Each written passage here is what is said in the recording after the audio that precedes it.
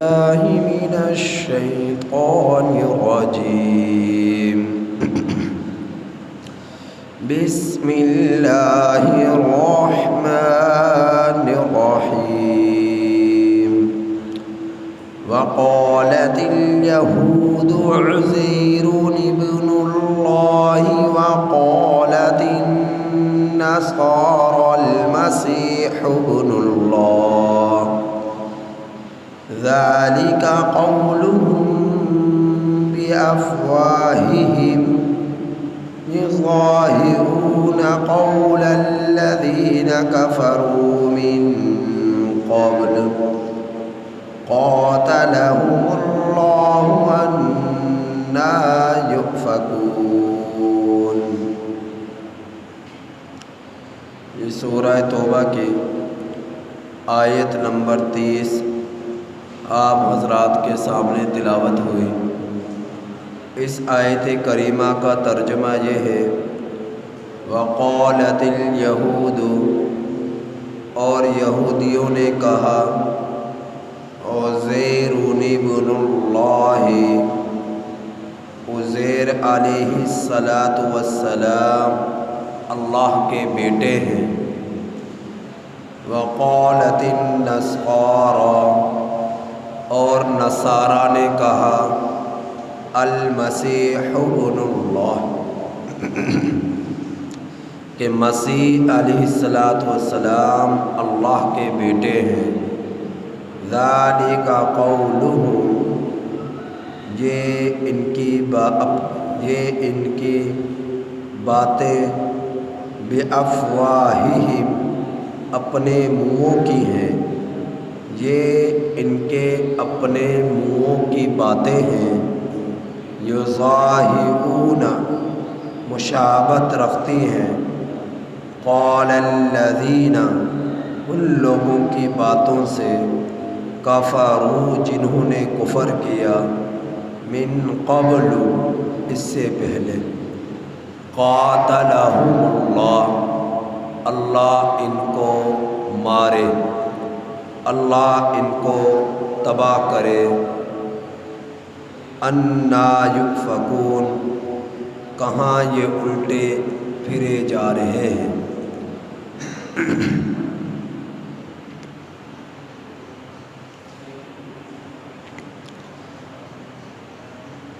پچھلی آیت کریمہ میں اللہ تعالیٰ نے یہ حکم دیا تھا اہل کتاب میں وہ لوگ جو ایمان نہیں لائے ان سے قتال کرو، انہیں قتل کرو. اہل کتاب میں یہودی آتے ہیں اور نصرانی آتے ہیں.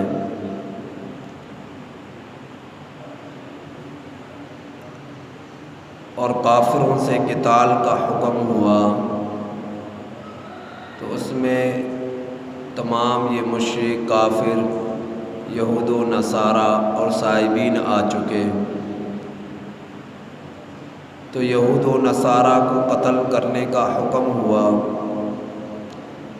اب سطحی ذہن رکھنے والے لوگوں کے دلوں میں یہ اعتراض آیا کہ یہود و نصارہ کو کیوں قتل کرنا ہے، ان کو قتل کیے جانے کی وجہ کیا ہے، قتل کا سبب کیا ہے، کیوں قتل کرنا ہے یہودیوں کو اور کیوں قتل کرنا ہے نصرانیوں کو، کیوں قتل کرنا ہے کافروں کو. اللہ نے واضح الفاظ میں انہیں قتل کرنے کا حکم دیا کہ قتل کر ڈالو ان لوگوں کو. تو قتل کرنا کیوں ہے؟ آج کی اس آیت میں اللہ نے اس سوال کا جواب دیا کہ ان یہودیوں اور نصرانیوں کو قتل کیوں کرنا ہے. تو میرے رب نے فرمایا کہ یہودیوں کو قتل اس لیے کرنا ہے کہ ان یہودیوں نے اللہ کے پیغمبر عزیر علیہ السلام کو اللہ کا بیٹا قرار دیا. نصرانیوں کو قتل کیوں کرنا ہے؟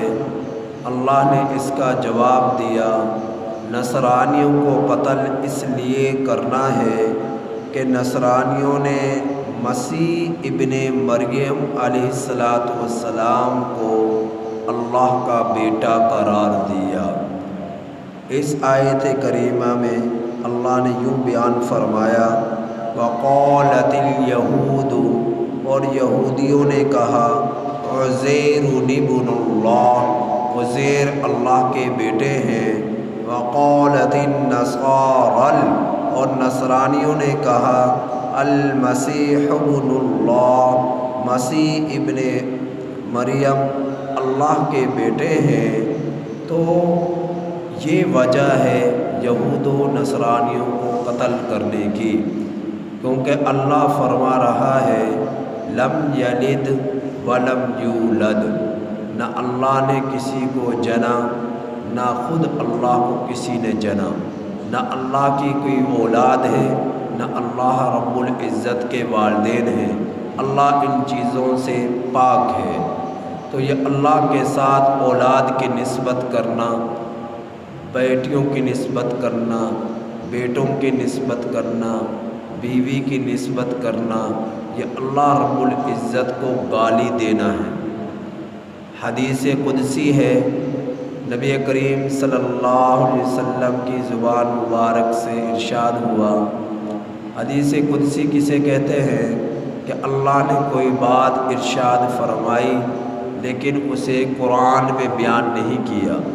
بات اللہ کی ہے، اللہ نے کوئی بات گفتگو فرمائی ہے اور نبی کی زبان سے اس کا ظہور ہوا، اسے حدیث قدسی کہا جاتا ہے کہ اللہ نے کوئی بات ارشاد فرمائی، جیسے قرآن میں اللہ فرما رہا ہے لیکن وہ بات قرآن میں نہیں ہے، نبی کی زبان سے اس کی ادائیگی ہوئی تو اور فرمائی اللہ نے ہے، تو اسے حدیث قدسی کہا جاتا ہے۔ تو اللہ رب العزت نے فرمایا کہ ابن آدم مجھے گالیاں دیتا ہے، حالانکہ اسے مجھے گالیاں دینا زیب نہیں دیتا، اسے گالی دینا مجھے زیب نہیں دیتا۔ اللہ تعالیٰ یہ ارشاد فرما رہے ہیں، جب آپس میں لوگوں کے جھگڑے ہو جائیں، لڑائی ہو جائے، تو لڑائی کی نوبت تب آتی ہے ابتدا گالیوں سے ہوتی ہے۔ عام طور پر لوگ جب جھگڑتے ہیں گالیاں دیتے ہیں، گالیاں دیتے ہیں، پھر نوبت جھگڑے کی بنتی ہے، پھر قتال کی بنتی ہے، تو یہ سبب گالیوں سے بنتا ہے۔ تو آپس میں مسلمان، آپس میں لوگ لڑیں اور ایک دوسرے کو گالیاں دیں تو گالیاں برداشت نہیں کرتے اور ایک دوسرے کو قتل کرنے کے در پہ آ جاتے ہیں۔ یہ عام انسان کی کیفیت ہے۔ اللہ فرما رہا ہے کہ ابن آدم مجھے گالیاں دیتا ہے، حالانکہ اسے گالیاں دینا مجھے میرے لیے زیب نہیں، انہیں زیب نہیں دیتا کہ یہ مجھے گالیاں دیں۔ یہ گالیاں کس طرح دیتے ہیں؟ یہ گالیاں اس طرح دیتے ہیں کہ یہ لوگ میرے ساتھ اولاد کی نسبت قرار دیتے ہیں، بیٹے بیٹیوں کا رشتہ میرے ساتھ جوڑتے ہیں، یہ مجھے گالیاں دینا ہے۔ اور جو اللہ کو گالی دے پھر اللہ کی طرف سے ایسے شخص کے لیے معافی کا اعلان نہیں ہے، پھر قتال کا حکم ہے کہ اس کو قتل کر دیا جائے، ان کو قتل کر دیا جائے جو میرے ساتھ اولاد کی نسبت کرتے ہیں۔ تو عام لوگ بھی گالی دیں تو قتل و قتال ہو جاتی ہے، جنگ چھڑ جاتی ہے۔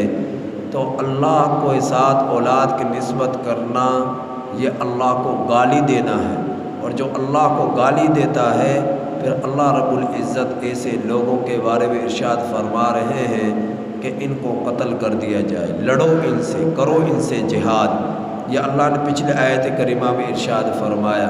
تو آپ دیکھتے ہیں کہ یہ جو تعزیرات ہیں، جتنی حدود اللہ ہے، جتنی تعزیرات ہیں، انفرادی طور پر کوئی ان پر عمل نہیں کر سکتا۔ یہ کام ہے حکومتی سطح پر، یہ کام ہے حکومتی سطح پر۔ گورنمنٹ، مسلمانوں کے پاس اتنا اقتدار ہونا چاہیے کہ وہ اسلامی تعزیرات، اسلامی حدود اگر قائم کرنا چاہیں تو ان پر اتنی طاقت ہو کہ ان حدود کو قائم کر سکے۔ تو حکومتی سطح پر، گورنمنٹ کی سطح پر ایسے لوگ جو اللہ کے ساتھ بیٹے بیٹیوں کو نسبت قرار دیتے ہیں، ایسے لوگوں کو قتل کروائیں، ایسے لوگوں سے اللہ کی زمین کو پاک کرائیں۔ یہ حکومتی سطح پر ہے۔ قرآن مجید میں ارشاد ہے چور چوری کرے اس کے ہاتھ کاٹ دیے جائیں۔ السارق والسارقۃ فاقطعوا ایدیہما جزاء بما کسبا۔ تو اللہ رب العزت نے ان کا بدلہ دیا کہ ان کے ہاتھ کاٹ دیے جائیں۔ کن کو؟ جو چوری کرے۔ اب میں اور آپ انفرادی طور پر اس کے ہاتھ نہیں کاٹ سکتے۔ ہاتھ کاٹنے کا اختیار کس کو ہے؟ حکومتی سطح پر۔ حکومتی سطح پر ان کے ہاتھ کٹوائے۔ حکومت کو چاہیے کہ ہاتھ کٹوائے۔ غیر شادی شدہ زنا کرے اس پر کوڑے لگوائے، شادی شدہ زنا کرے اسے سنسار کرائے، شراب پینے والا شراب پیے اس کو کوڑے برسائے، اس پر کوڑے برسائے۔ تو یہ کام کس نے کرنے؟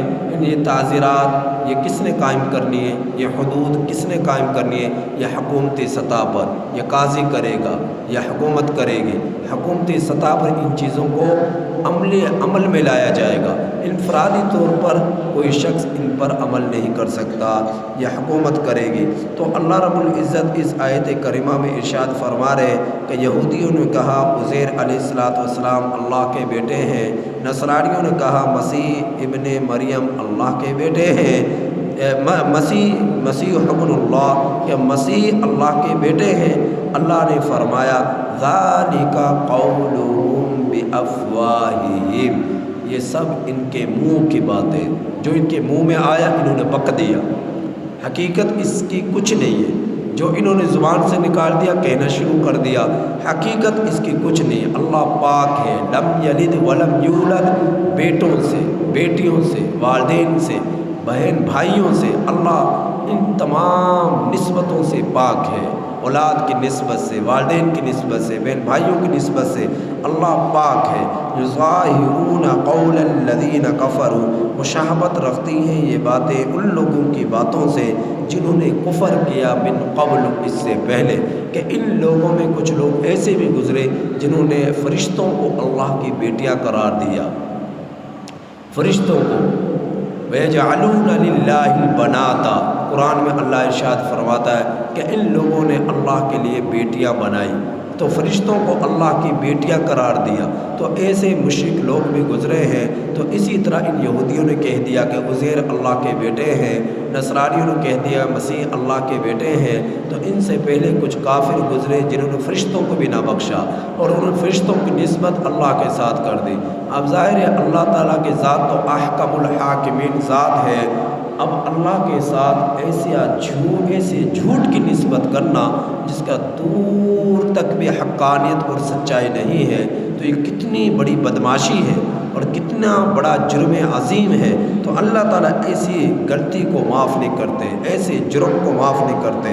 تو اللہ تعالیٰ فرما رہے کہ یہ تو ان لوگ، یہ جو کام یہودیوں نے نصرانیوں نے کیا، یہ تو انہوں نے ان جیسا کیا جیسے کہ ان سے پہلے لوگوں نے اللہ کے ساتھ بیٹیوں کی نسبت کی، بیٹیوں کی نسبت کی۔ تو اللہ تعالیٰ فرما رہے قاتلہم اللہ، اللہ ان کو مارے، اللہ ان کو قتل کرے، اللہ ان کو غارت کرے، اللہ ان کو تباہ کرے کہ جو لوگ اللہ کے ساتھ بیٹے بیٹیوں کی نسبت قرار دیتے ہیں، جو اللہ رب العزت کے پیغمبروں کو اللہ کا بیٹا قرار دیتے ہیں، تو اللہ ان کو تباہ کرے، اللہ ان کو غارت کرے، اللہ ان کو قتل کرے، مارے۔ انا یؤفکون، یہ لوگ کہاں الٹے پھرے جا رہے ہیں، ہو کیا گیا ان کو، کس طرح احمقانہ یہ باتیں کرتے ہیں، احمقانہ یہ نسبتیں جوڑتے ہیں، یہ کس طرح ان کو ہو کیا گیا۔ اللہ کی ذات ان تمام چیزوں سے پاک ہے، ان تمام چیزوں سے پاک ہے جس کی ضرورت انسان کو ہے، اللہ کو ان چیزوں کی ضرورت نہیں ہے۔ اللہ تمام چیزوں سے پاک ہے، اللہ تمام خواہشات سے پاک ہے، اس کی شان ہمیشہ سے بلند رہی ہے، اس کی شان ہمیشہ سے بلند رہے گی۔ ہمارے اعمال کرنے سے شان میں اضافہ نہیں ہوگا، گناہ کرنے سے شان میں عظمت میں کمی نہیں ہوگی، وہ تو جیسا ہے ویسا ہی رہے گا، اس کی نہ ابتدا ہے نہ انتہا ہے۔ تو ہم اگر اعمال برے کریں گے اس کی سزا بھگتنی پڑے گی، دنیا میں بھی آخرت میں بھی۔ تو اللہ کے ساتھ ایسی نسبتوں سے بچا جائے کہ جو شرک کی طرف انسان کو لے آئے، کفر کے ساتھ کفر میں انسان کو مبتلا کر دے، تو ایسی نسبتوں سے بچنے کی کوشش کرنی چاہیے۔ تو اس سے آگے آیات کریمہ میں اللہ رب العزت نے ان لوگوں کی بھی نفی فرمائی جن لوگوں نے اپنے مولویوں کو اور پیروں کو ہی سب کچھ سمجھ لیا، سب کچھ انہی کو سمجھ لیا۔ تو اس کا آگے آیت کریمہ میں ذکر ہے، تو وہ سچ کہیں یا جھوٹ کہیں بس ان کو مان لیا، شریعت کے خلاف وہ تمہیں کوئی بات بتلائے تم نے ان پر یقین کر لیا۔ تو اس اگلی آیت کریمہ میں اللہ نے اس کا ذکر فرمایا۔